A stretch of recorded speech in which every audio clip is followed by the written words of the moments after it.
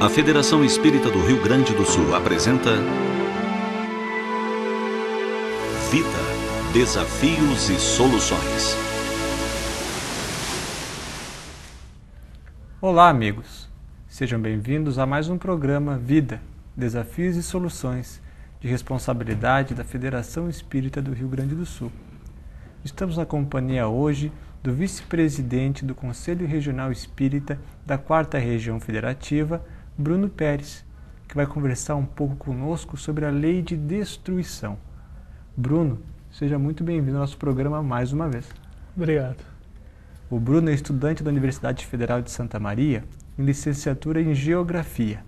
E nós perguntamos, Bruno, qual a importância da formação da sociedade e seu impacto na natureza e no nosso planeta de forma geral? A gente tem parte do princípio, né, que a gente fala isso bastante antes do movimento espírita, que a Terra é uma escola. E sendo uma escola, né, as matérias que nós temos que cursar têm que se dar dentro desse ambiente. A relação sociedade é dessas disciplinas que nós temos que cumprir enquanto inseridos nesse sistema.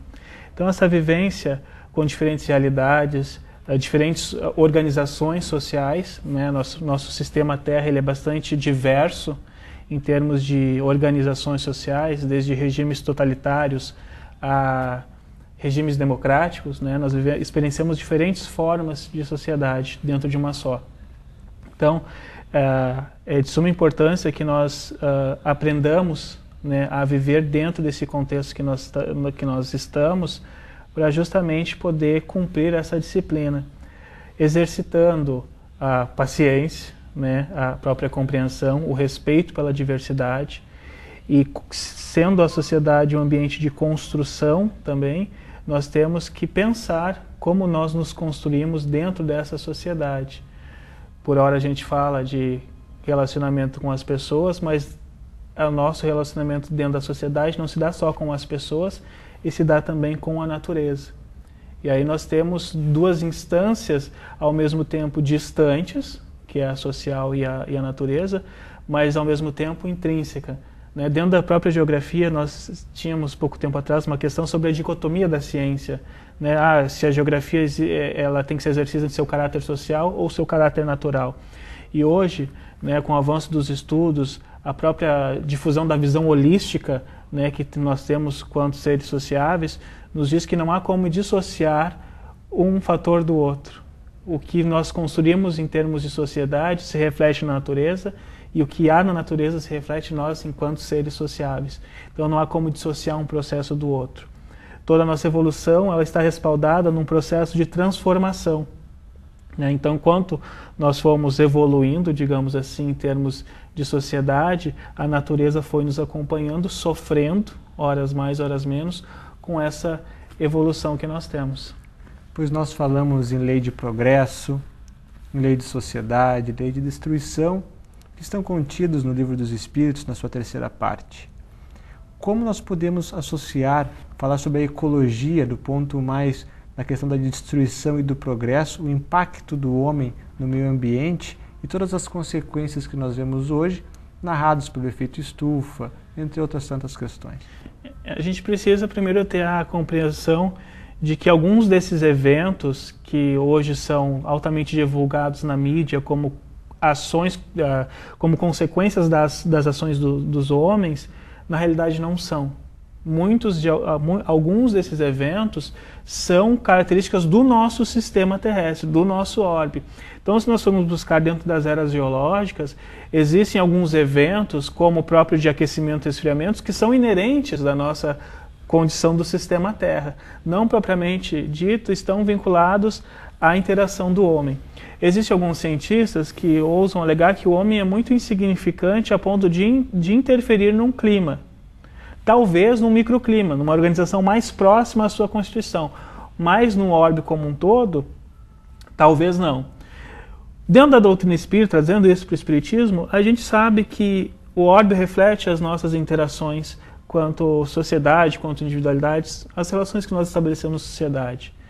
Então é preciso pensar a ecologia junto com a visão espiritual de uma forma de que nós somos criaturas de Deus, assim como a natureza também o é. e nós devemos respeitá-la e usufruir dela conforme as nossas necessidades sem se sobrepor nesta relação. Então, quando a gente fala de aquecimento global, a gente tem que tirar desse aspecto o que é realmente natural, um processo natural da Terra de aquecimento para depois um resfriamento, que isso consta na nossa história terrestre, e o que é o homem, né, interagindo na sua constituição mais próxima. A gente não pode negar que as emissões de poluição interferem na organização de uma atmosfera mais próxima. A gente tem a questão das ilhas de calor, né, das inversões térmicas, de uma constituição antigamente natural que foi toda reorganizada pela presença do homem.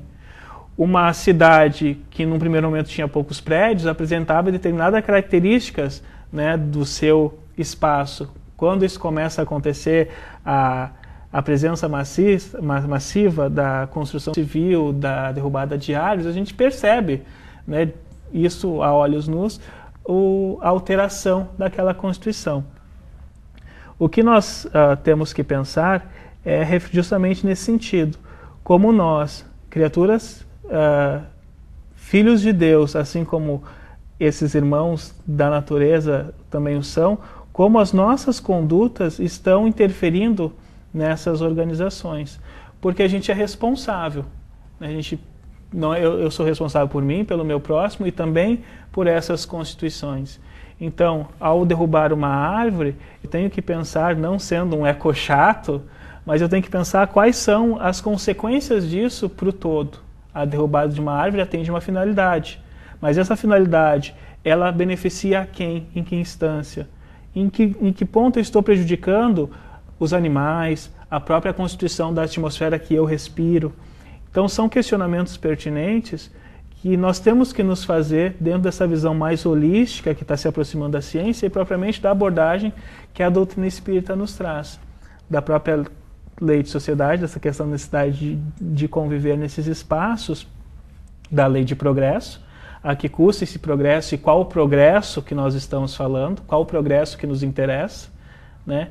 E também da própria lei de destruição de diferentes eventos que nós observamos que estão vinculados diretamente ou indiretamente com questões naturais e que geralmente quando acontece nos saltam os olhos, né? E aí a gente volta a toda essa discussão de que o homem é causador, mas aí cabe a gente se perguntar, o homem é capaz de mover placas tectônicas, né? O homem é capaz de reger o vento? Então são perguntas às vezes que a gente acaba criando certas fantasias e a gente tem que ir em loco ver qual é o determinado evento que está envolvido ali e quais dessas questões que a doutrina nos propõe, como que a gente pode minimizar esses impactos desse possível progresso, né? Se é o progresso material que nos interessa ou espiritual e assim por diante. Tu comentou sobre o homem e a poluição material. Tem uma obra que fala sobre ecologia e espiritismo, do autor André Trigueiro, que fala também, vamos dizer assim, do lixo espiritual. O que tu pode falar um pouquinho para a gente? André Luiz nos fala também bastante disso, né? Da visão da Terra, do plano espiritual, de como nós poluímos a nossa atmosfera. E isso é bastante interessante, porque assim como nós poluímos o ambiente físico, talvez nós ainda poluímos mais o ambiente espiritual. Quando a gente fala em poluir o ambiente espiritual, a gente fala dos nossos pensamentos equivocados, das nossas ações equivocadas e de todas aquelas construções que não são salutares à nossa existência. Quando a gente faz uma ação no bem, isso reflete na sociedade, né? Tanto as pessoas que convivem com nós nesse plano material enxergam, visualizam, como isso se materializa no plano espiritual. Da mesma forma, as nossas ações, vamos dizer assim, negativas ou não tão benéficas assim, elas encontram respaldo tanto no plano material quanto no plano espiritual.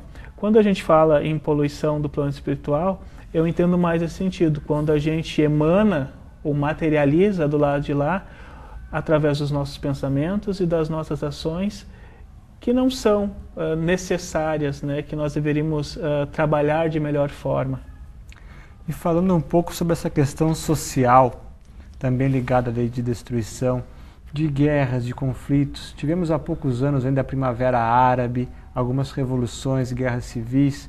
Como compreender esse contexto e o que motiva o ser humano ainda a conflitos que levam tantas dores e desgraça para muita gente? A gente precisa entender que a guerra ainda ela tem uma finalidade dentro da nossa organização terrestre. Seja de expor aquelas pessoas a essa situação e elas tirarem o aprendizado através deste processo, seja para o mundo que está de fora assistindo aquilo, qual o grau de envolvimento que nós vamos ter, e até mesmo porque é um processo tradicional, vamos dizer assim, da nossa organização social, de estabelecer determinadas revoluções através da força bruta. A gente entende que quando isso ocorre, ainda é atender o chamado do homem primitivo. É ainda o homem muito mais vinculado às manifestações dos seus instintos do que propriamente de uma consciência mais espiritualizada ou mais evoluída, é equivocado falar, mas mais consciente, né, da sua condição. Então, nesses regimes totalitários, muitas vezes as pessoas não encontram outra forma de resolver as suas inquietações senão pela força bruta.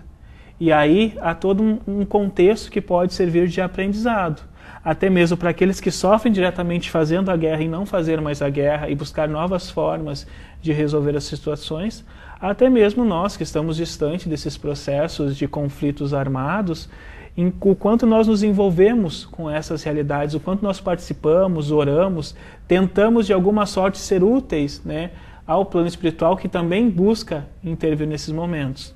Mas como eu disse, esses processos ainda são necessários, dado atender ainda à primitividade de algumas das nossas emoções, dos nossos instintos que entram, por vezes extravasam desta forma dos conflitos bélicos.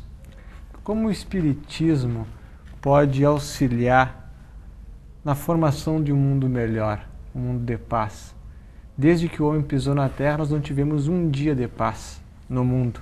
Como o Espiritismo poderá contribuir e já contribui para isso? Particularmente, o que mais me vem à mente quando a gente fala nesse sentido de contribuição do Espiritismo, eu lembro das passagens do Mestre Jesus no momento de sofrimento. Ele, naquele momento, ele poderia ter corrido, ele poderia ter dito, não vou fazer isso. Mas o que ele quis nos ensinar? Que mesmo diante da dor mais extrema, a fé e a certeza de um porvir melhor é o nosso arcabouço para superar esses momentos. Então o Espiritismo ele age nesse sentido, esclarecendo que por maior que seja a nossa dor, ela é uma dor momentânea e que ao passar dessa tempestade sempre há um pôr do sol ou um amanhecer mais belo do que o momento vivenciado. Então aquela passagem do Mestre naquele momento de sofrimento, e mesmo em sofrimento, tentando trazer alento à sua mãe, aqueles que simpatizavam com ele, né, aquela demonstração de fé, de certeza, de crer em Deus e ainda olhar para nós naquele momento, é o que mais me surge à memória do que o Espiritismo pode contribuir.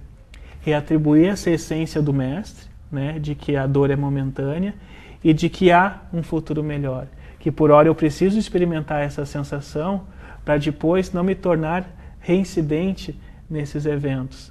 Assim também como tem a passagem do próprio Estevão, no momento derradeiro de sua morte, outra passagem bastante peculiar, né? Um homem que foi exposto à degradação moral, vamos dizer assim, daquela sociedade, exposto nu, né? Ultrajado, violentado verbalmente e fisicamente, e mesmo assim permanecer sereno, equilibrado, né, forte naquele momento em que qualquer um de nós, né, talvez se rebelasse ou iria sucumbir ao desespero.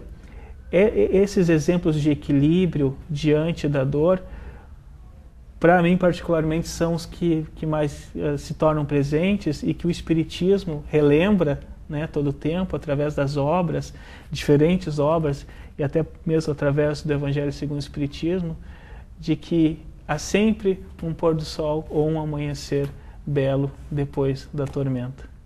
Qual a importância da união entre a ciência e a religião? É um aspecto bastante complicado de se abordar, Mas hoje em dia nós temos, né, pelo menos dentro da ciência a qual eu professo, que é a geografia, a perfeita noção de que a espiritualidade, ou essa visão holística, como alguns falam, para não tentar vincular a Deus, né, com a ciência, é extremamente importante. Há pouco tempo atrás, nós, numa aula de geomorfologia, nós falávamos dos terremotos, dessas alterações, esses processos endógenos e exógenos que a Terra realiza, e nós, na aula de geomorfologia, como é uma matéria extremamente física, nós observávamos somente desse prisma, né, das transformações da rocha, do mineral, da formação do relevo. E aí eu comentava com o professor que não tem mais como nós fazermos essa avaliação sem aproximar do ser humano e de quais as consequências que isso vai trazer para a sua qualidade de vida. Porque hoje, dentro da ciência, falar de qualidade de vida também é falar de um pouco mais dessa questão espiritual holística.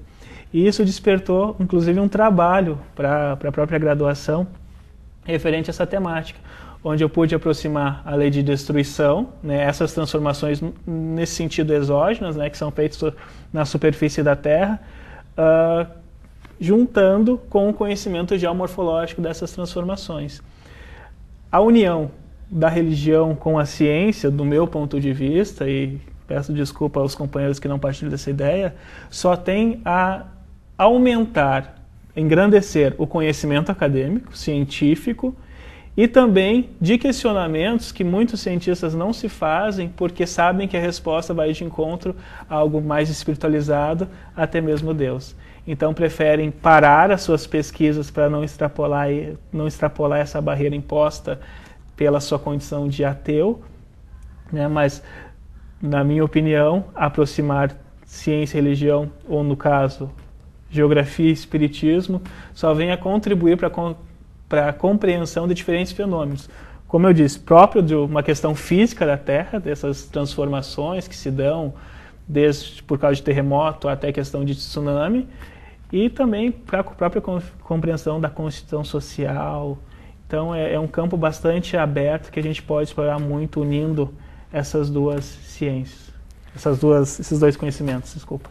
É muito difícil nós entendermos um Deus justo sem compreendermos sobre a reencarnação.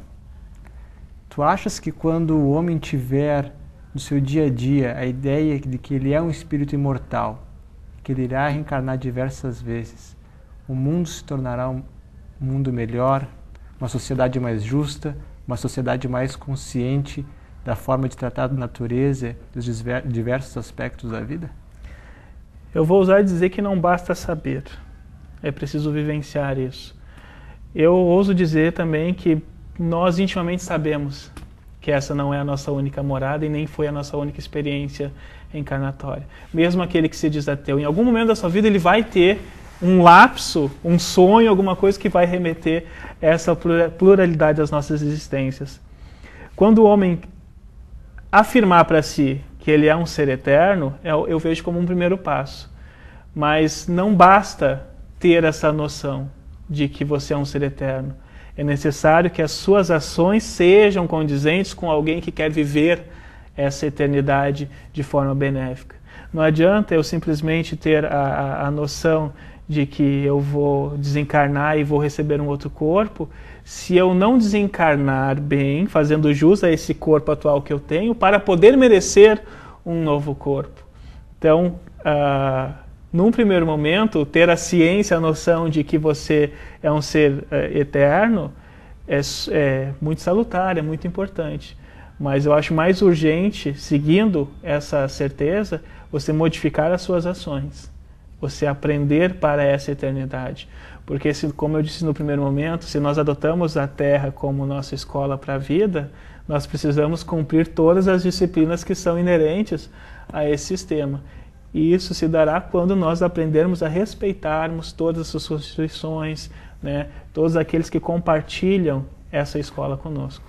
E quais as ações que nós podemos tomar para fazer uma sociedade mais consciente sobre esses aspectos? Questões de educação, de infraestrutura, como proceder a ligação entre a geografia, o espiritismo, na conscientização humana?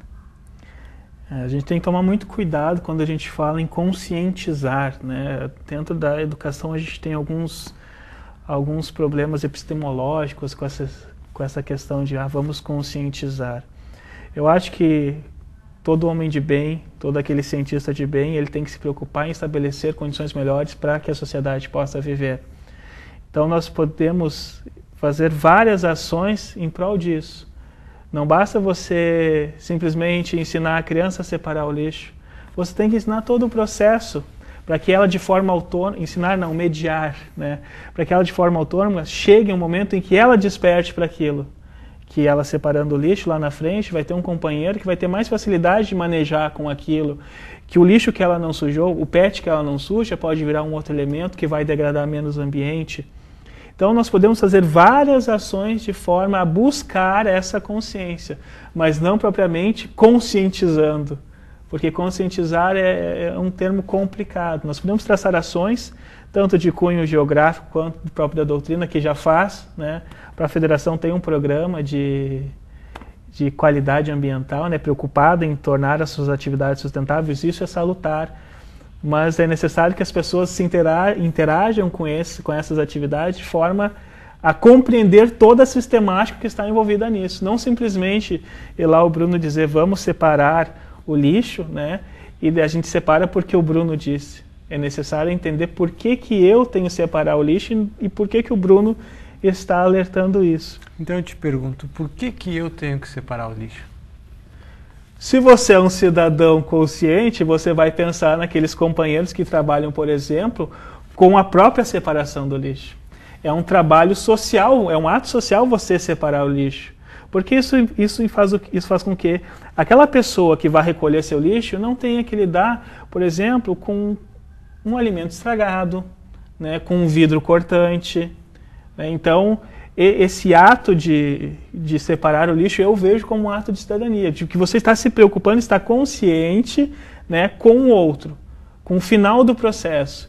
E para que aquele PET que você de repente sujou, ele possa ser utilizado na indústria novamente e não seja descartado num aterro, num lixão.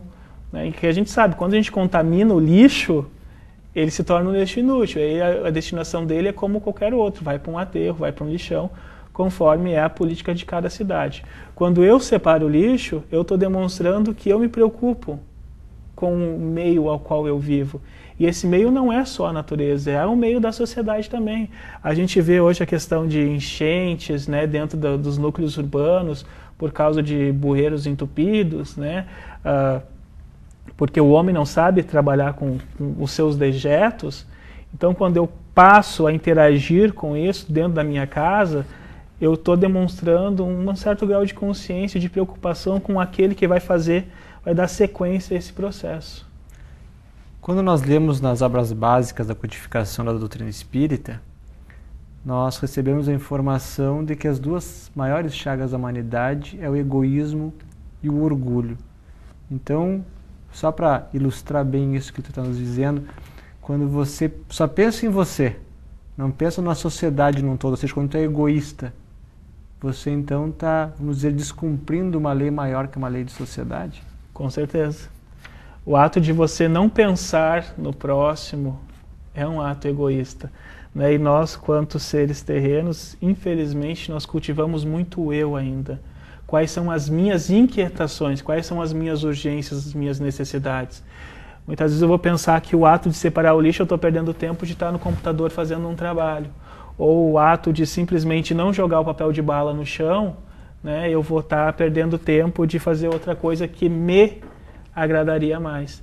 Então, quando eu simplesmente estou agindo sem pensar, eu demonstro que o meu grau de egoísmo, de orgulho, de presunção, de indiferença com o resto da sociedade. Porque assim como nós falamos da poluição, que a poluição espiritual está vinculada às nossas ações negativas, essa poluição que a gente faz, simples fato da indiferença, também tem consonância nos dois planos. Né? Isso está intimamente ligado. Então a poluição nossa aqui, material com a espiritual, eu diria que tem uma afinidade muito próxima, um elo muito próximo, porque justamente denota isso que tu disse. despreocupação das pessoas com o próximo, com o outro, né? Acho que é por aí. Então, para nós encerrarmos essa nossa conversa, nós podemos dizer que existe uma lei maior que é uma lei de progresso? Com certeza. Que terá uma consequência, muitas vezes, de uma lei de destruição que é necessário para o progresso, respeitando uma lei maior que é uma lei de sociedade. Podemos confirmar essa teoria? Certo. Principalmente quando a gente fala de transição, né? As pessoas, eu tenho ouvido alguns espíritas renegarem a transição. E esse renegar a transição vem do medo do que está por vir, né? E aí eu brincava contigo anteriormente que as pessoas tem no seu íntimo assim aquela ideia do novo Éden, né? Que a Terra será um jardim florido nesse momento de transição, quando na realidade a Terra da transição é essa que nós temos posta. E isso é fruto do nosso progresso ou não. O progresso material denota que nós desorganizamos o nosso orbe terrestre. Então urge que nós atendamos a nossa necessidade de progresso espiritual para que nós consigamos visualizar de uma ótica mais espiritualizada o que nós estamos fazendo com a Terra, até mesmo para que num futuro próximo a gente consiga ir minimizando esses impactos que hoje nós estamos acometendo em larga escala. Nós já temos algumas ações que visam minimizar esses impactos. A própria questão de trabalhar a ecologia e espiritualidade, né, dessas ações de separar o lixo, de pensar na questão de recolhimento do lixo urbano, são ações, querendo ou não, que refletem já uma pontinha de esperança num futuro um pouco melhor. Mas urge que a gente desperte também para não só esse progresso tecnológico que nós vivemos, de edificações, né, de aparelhamento urbano, mas também desse aprimoramento moral para que a gente consiga mais para frente beneficiar o nosso sistema Terra de melhor maneira. Bruno, nós vamos agradecendo a tua participação mais uma vez aqui conosco e a você por ter nos acompanhado mais uma vez no programa Vida, Desafios e Soluções. Acesse o site da Federação Espírita do Rio Grande do Sul, o www.fergs.org.br. Venha fazer parte desta família que trabalha unida pela felicidade humana e pela fraternidade universal. Até um próximo programa e muita paz.